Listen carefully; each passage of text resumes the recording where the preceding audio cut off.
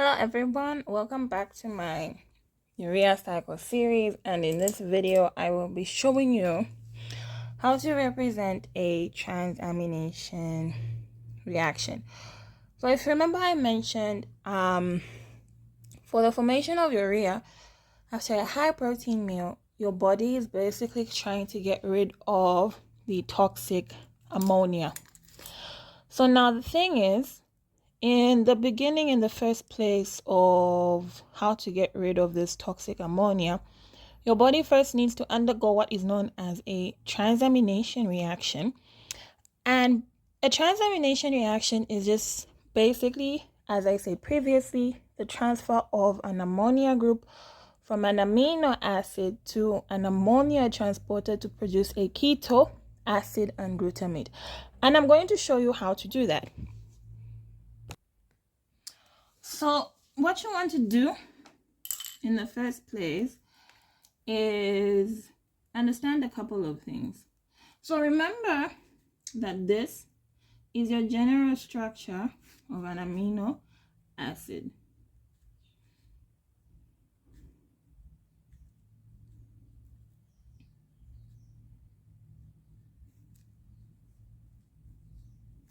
So we already established that at the end of the day, what we're trying to get rid of is this ammonia.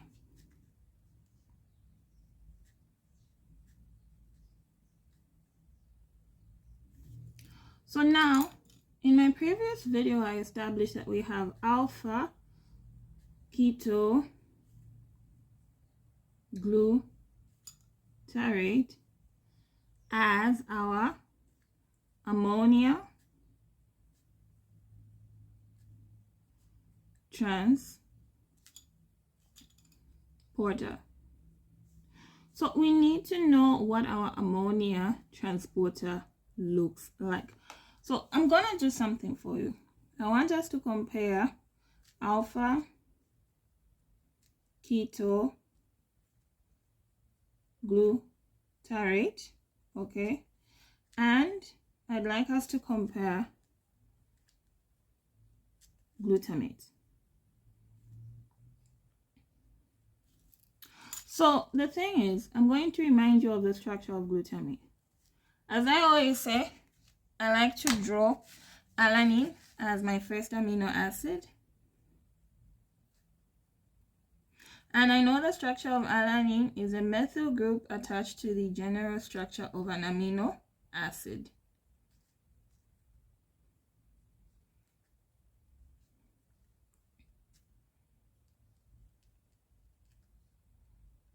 We have aspartate.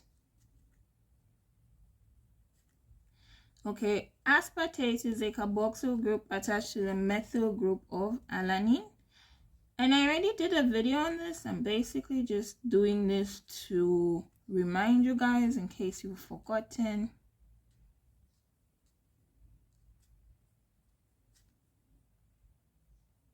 Then we've got glutamate. Glutamate is double the methyl group on aspartate. So the structure of glutamate is going to be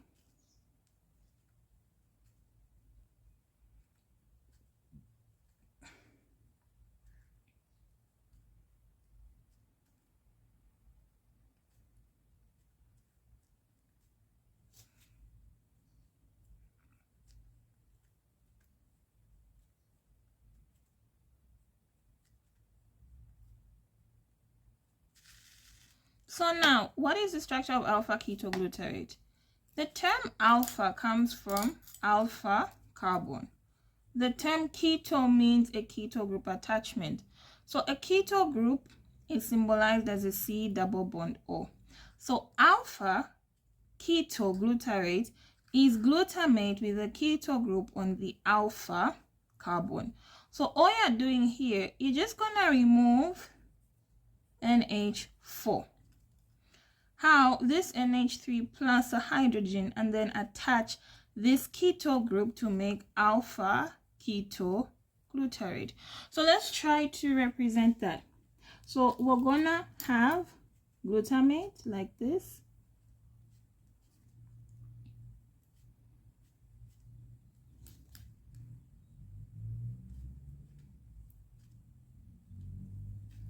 And you have made alpha ketoglutarate, which is our ammonia transporter. Now that we know the structure of our ammonia transporter, let's try to represent a transamination reaction. Okay? So a transamination reaction is relatively easy to represent. So what you want to do is merely, you want to write down here amino acid. Then here you want to represent your ammonia transporter, which is alpha ketoglutarate.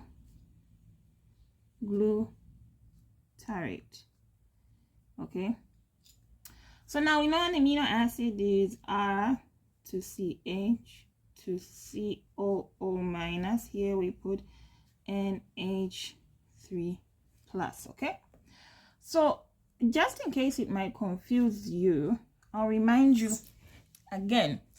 Alpha ketoglutarate is glutamate with a keto group on the alpha carbon. For the sake of space, I don't like to draw alpha ketoglutarate in a straight line. I like to draw it vertically. So here, if you're not very experienced, you can just represent your alpha ketoglutarate at the bottom here, so that you've got kind of like a guide to show you how to represent it in a straight line. Okay, so here it's COO minus. Here you put CH2. I'm just following this here, CH2. Then you put C double bond O to COO minus. So you've got your alpha ketoglutarate and your amino acid. So for these two, an exchange is going to happen here. Okay.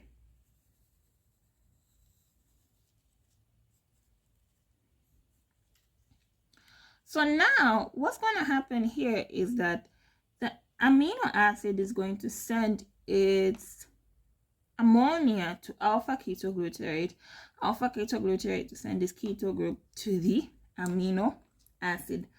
At the end of the day, our products are going to be a keto acid and glutamate.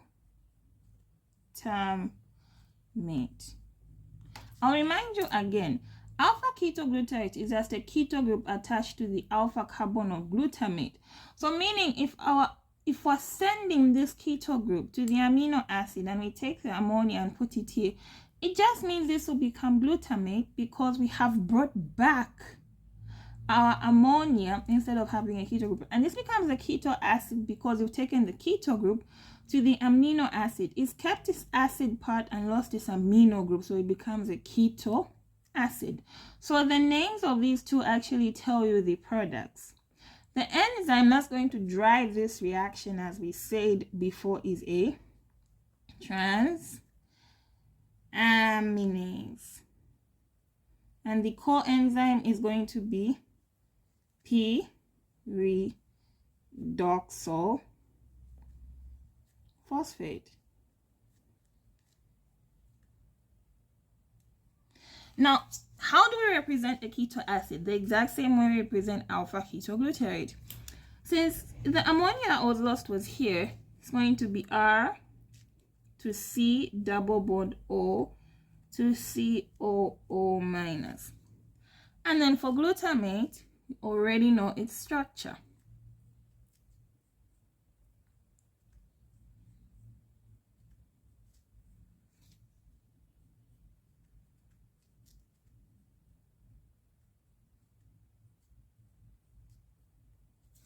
And there you've got very simply and easily represented a transamination process. We can actually look at specific amino acids that will undergo a transamination process to produce a keto acid and glutamate. So let's have a look at that. So let's try to represent a transamination process for the amino acid alanine. You know, why I love alanine is because it's a very beautiful amino acid. It is a beautiful amino acid because it's the only structure you need to know for any pathway. Literally any pathway you can think of. If you know alanine, you know every structure in biochemistry. So let's see. If we have alanine, okay, and then we've got an ammonia transporter, our alpha keto glutarate. We know alanine is a methyl group attached to the general structure of an amino acid. And we know that alpha ketoglutarate is a carboxyl group, 2 methyl groups, and a keto group on the alpha carbon of glutamate. So, as we previously said, you represent this like this because it is a reversible reaction. And I will explain one day as to why it's a reversible reaction. As at now, it's unnecessary to know. When you get into your healing in pathology, you'll understand why. After a transamination process, alanine becomes a very beautiful product that you've heard before 1,000 times. It becomes pyruvate. And this is how you cheat in an exam. If you ever forget the structure of pyruvate, draw alanine and put a keto group.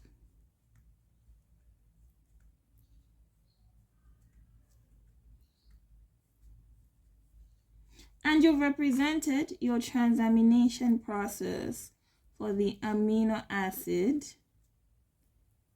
alanine.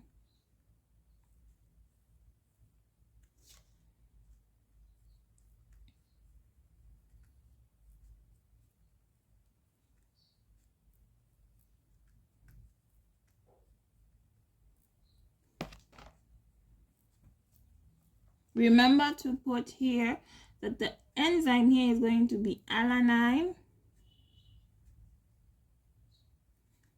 amino transferase. The coenzyme is P redoxyl phosphate. Previously, when you put transaminase, it was represented on the general structure of an amino acid. Enzymes are specific, so the specific enzyme for the transamination of alanine is going to be alanine amino transferase with pyridoxal phosphate as your coenzyme. So alanine, if you ever forget in your glycolytic pathway, just remember, take alanine, put a keto group, you've got pyruvate. For alpha ketoglutarate, it is the alpha carbon containing a keto group on glutamate. And you've represented your transamination process of alanine. So let us represent a transamination process of aspartate. And this is, again, how you cheat in an exam. So aspartate can equally go on a transamination process. All amino acids can undergo a transamination process, but in particular, I'm bringing up aspartate and aspartic acid, and alanine specifically for your structures, as well as it also helps you in your glycolytic pathway and your TCA cycle. But the other amino acids or the transamination process, I will show you how to do them when we are talking about disposal of the amino acids. And then here, remember we represent alpha keto glutarate. So remember that aspartate is the addition of a carboxyl group onto the methyl group of alanine. I do promise to make a better video on structures of amino acids. I did show one, but I don't think it was good enough, so I will post another one. So alpha ketoglutarate is, if you remember,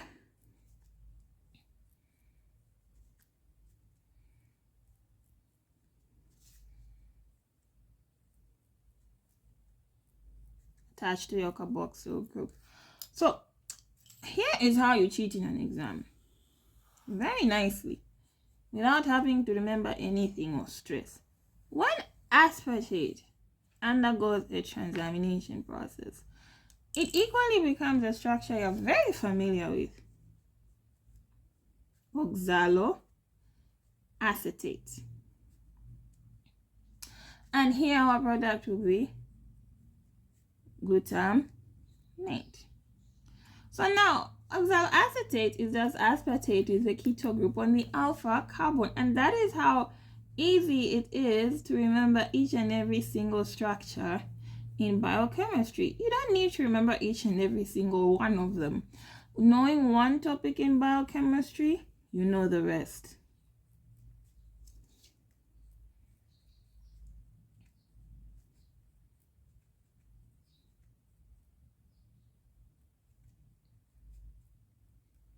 So here, if you ever forget the structure of oxaloacetate, take aspartate, put a keto group on the alpha carbon, and you've got oxaloacetate. Our enzyme is aspartate amino transferase. And our core enzyme is pyridoxal phosphate or vitamin B6.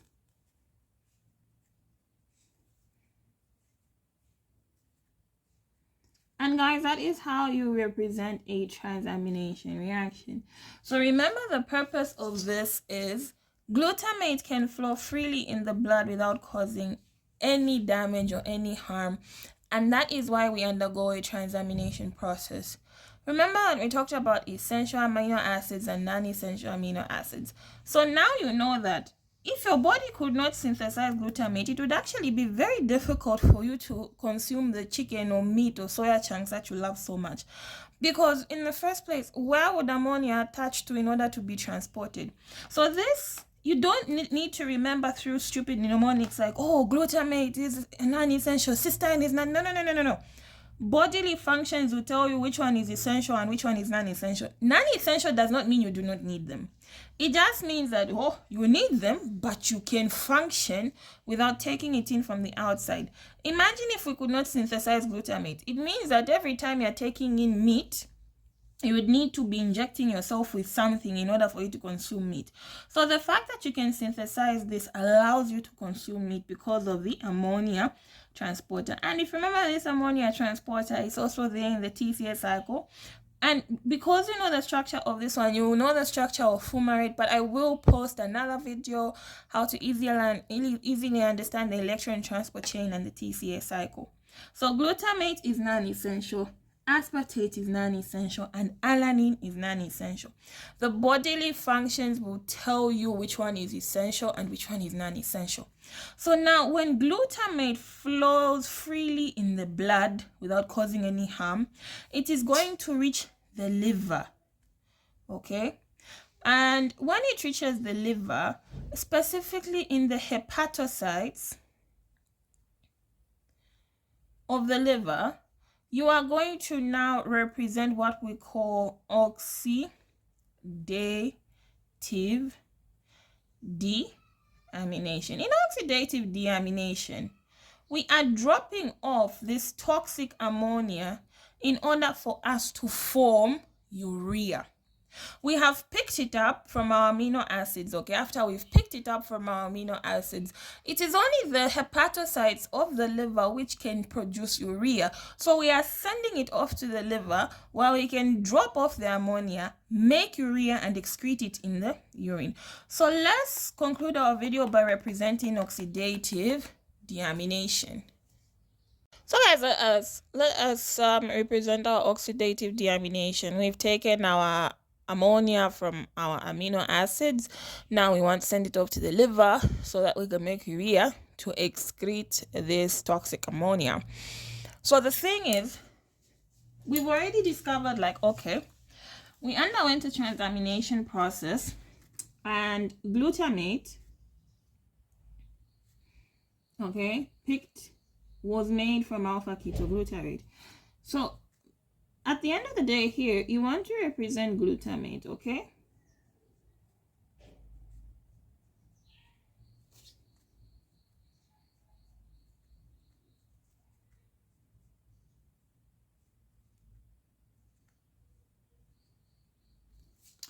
So now we are dropping off this toxic ammonia.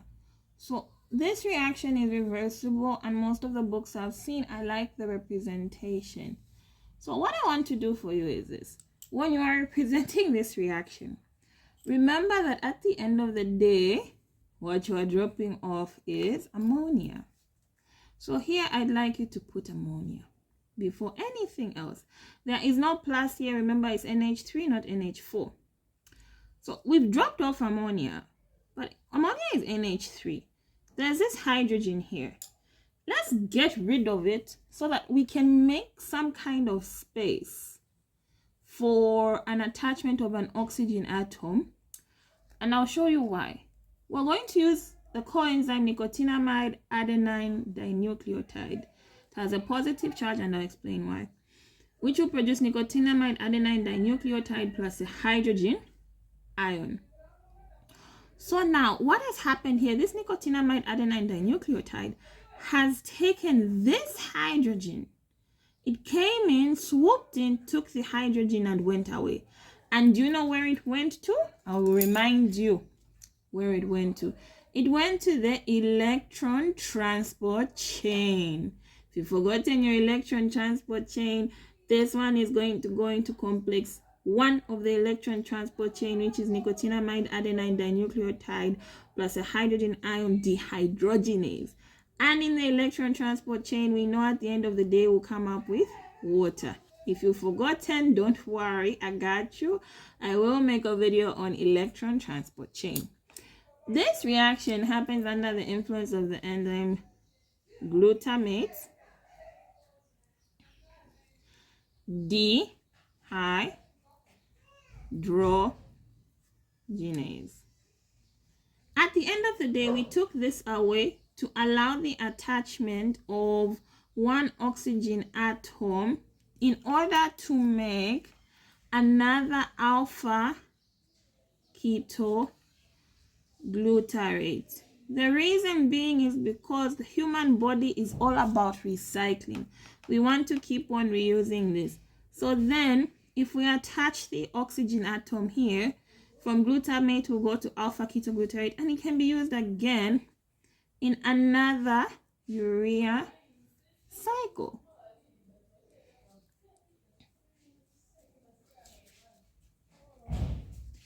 So because this reaction is reversible, we still need to represent like, okay, if I add back ammonia, I can go back to glutamate.